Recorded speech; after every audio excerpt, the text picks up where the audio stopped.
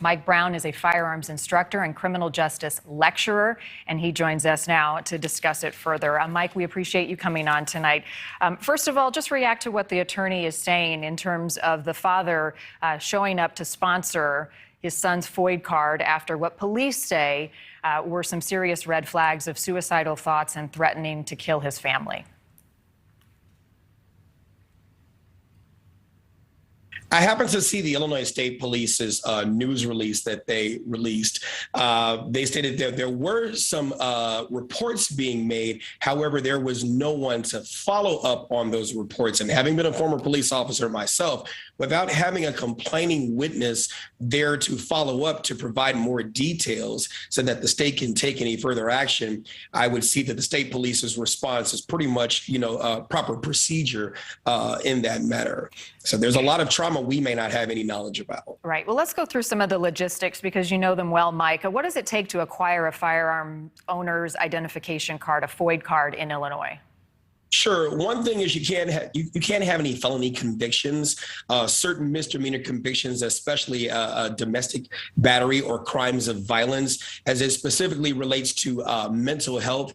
You had to have been never have been involuntarily entered into a mental health facility unless there's a mental health certification previously under the FOID Act. And there are just a host or array of other disqualifiers for the FOID card, such as if you were adjudicated a delinquent minor under the Juvenile Act of the state of Illinois. So there are a lot of different disqualifiers that would disqualify one from being able to have that.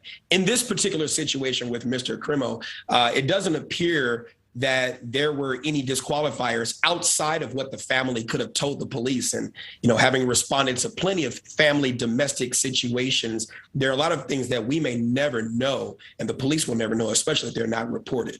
Well, and we do know that the father sponsored it, according to state police. So what types of questions would a sponsor for a FOID card be asked? Nothing more than the regular questions that any applicant is asked on a FOID card. There's pretty much just standard yes or no questions on the state police portal, such as, are you addicted to narcotics? Have you ever been convicted of a felony? Have you ever been a patient in a mental health facility? Is there any intellectual disabilities? Things of that nature. Are you subject to an existing order of protection?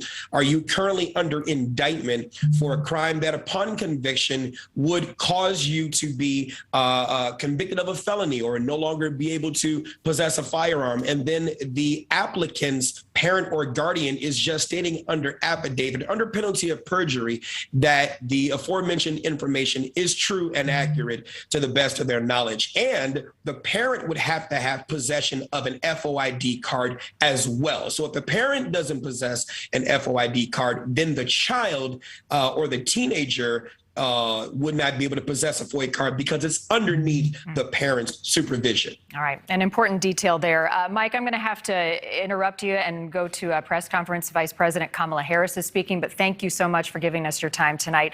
Let's go to that press conference. The Vice President in Illinois tonight talking about this week's shooting. Thank you for watching. Go to newsnationnow.com to find News Nation on your television provider. And don't forget to click the red subscribe button below to get more of News Nation's fact-driven, unbiased coverage.